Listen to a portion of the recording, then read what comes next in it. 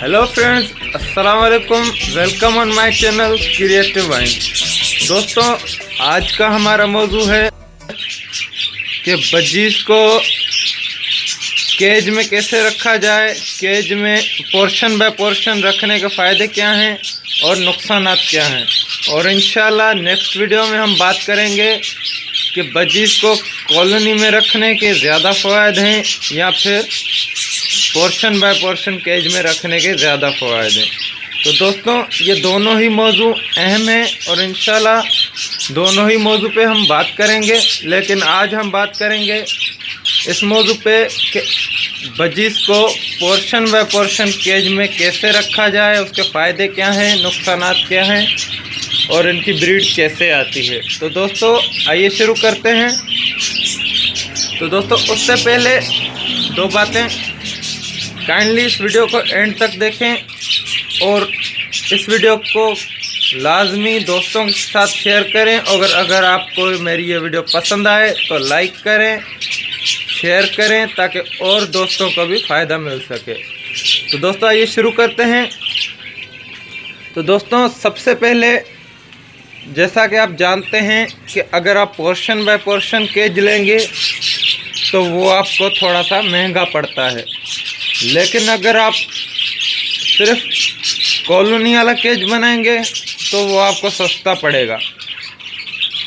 अब बात यह है कि पोर्शन बाय पोर्शन केज में क्यों रखने चाहिए। तो दोस्तों, सपोज़ कीजिए कि आपके पास अभी 2 पेयर आपने लिए हैं और आप उन्हें कॉलोनी में रखना चाहते हैं। तो अगर आप कॉलोनी में रखना चाहते हैं तो 2-2 पेयर करके आप रखेंगे तो लाजमी उस कॉलोनी में मसला होगा, जो कि हम नेक्स्ट वीडियो में कॉलोनी के बारे में बात करेंगे।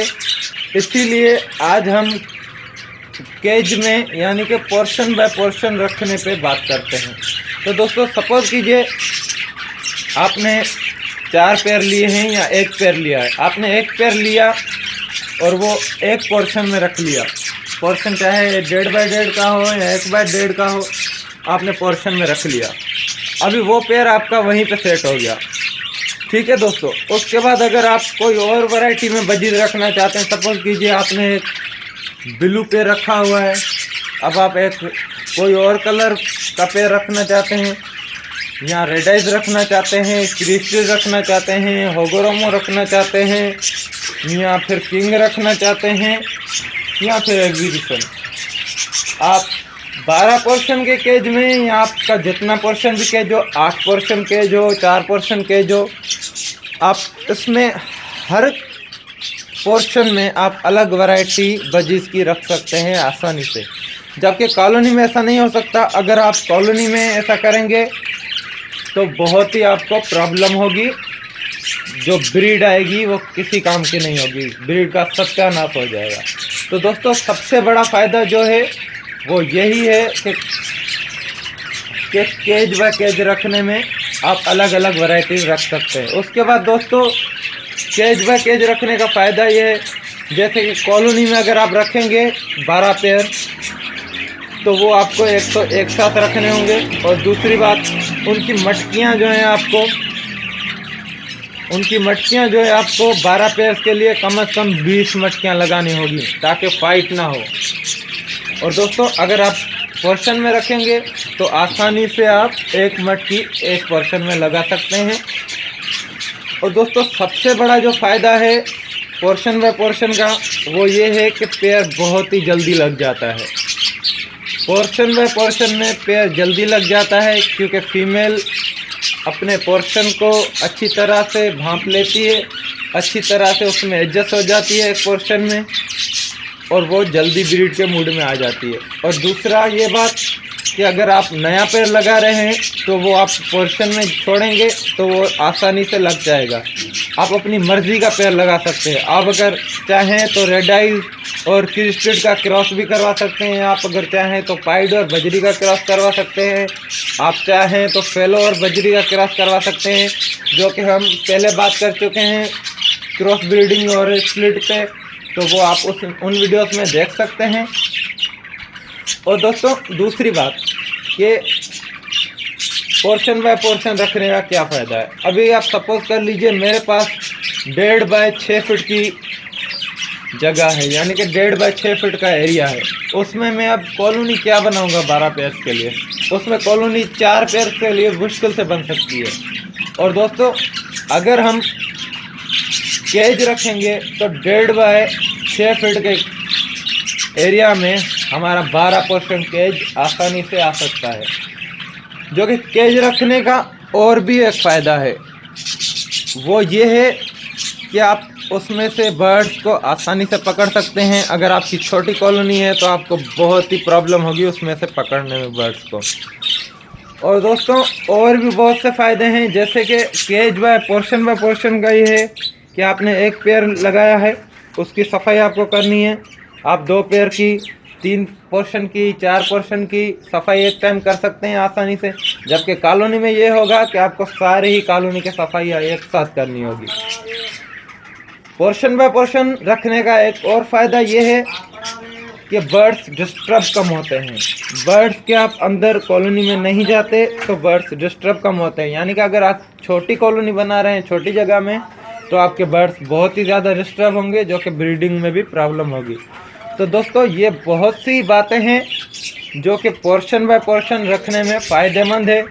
सिर्फ और सिर्फ मसला जो है पोर्शन बाय पोर्शन रखने का ये होता है कि आपको पैसा ज़्यादा खर्च करना होता है। जैसे कि आपको कम से कम 5,000 का केज मिलेगा अगर आप नया लेंगे। अगर आप यूज़ में लेंगे तो 3-4 हज़ार का आपको मिल जाएगा। अगर आप कॉलोनी बनाएंगे 12 पेयर्स के लिए तो वो आपको 2-3 हज़ार में बन तो जाएगी, लेकिन उसके लिए आपको जगह बहुत बड़ी चाहिए।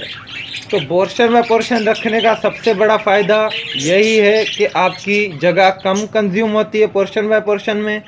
और जो है ब्रीड हर पेयर की आप अलग अलग, हर पेयर का रिकॉर्ड अलग अलग रख सकते हैं। सपोज़ कीजिए आपका एक पेयर बीमार हो गया है, या आप एक पेयर को अपने को हीट पे लाना चाहते हैं, या उसे कोई फार्मूला यूज़ करवाना चाहते हैं, या उस पर कुछ ट्राई करना चाहते हैं, तो वो आप आसानी से कर सकते हैं। तो दोस्तों सपोज़ कर लीजिए अगर आपने कोई फार्मूला लेके आ गए और आपको वो ट्राई करना है। अब आप अगर कॉलोनी में वो ट्राई करेंगे तो आपको बहुत ही प्रॉब्लम हो सकती है। अगर वो फार्मूला सही काम नहीं कर रहा, या जो आप नई चीज़ अप्लाई करना चाहते हैं वो सही काम नहीं कर रही, तो सारी की सारी कॉलोनी आपकी बर्बाद हो जाएगी। और अगर आप पोर्शन बाय पोर्शन में रखेंगे तो आपकी एक ही पेयर की जो है ना, अगर ज़ाया भी होगी तो ब्रीड या कुछ भी अगर नुकसान होगा तो एक ही पेयर पे होगा।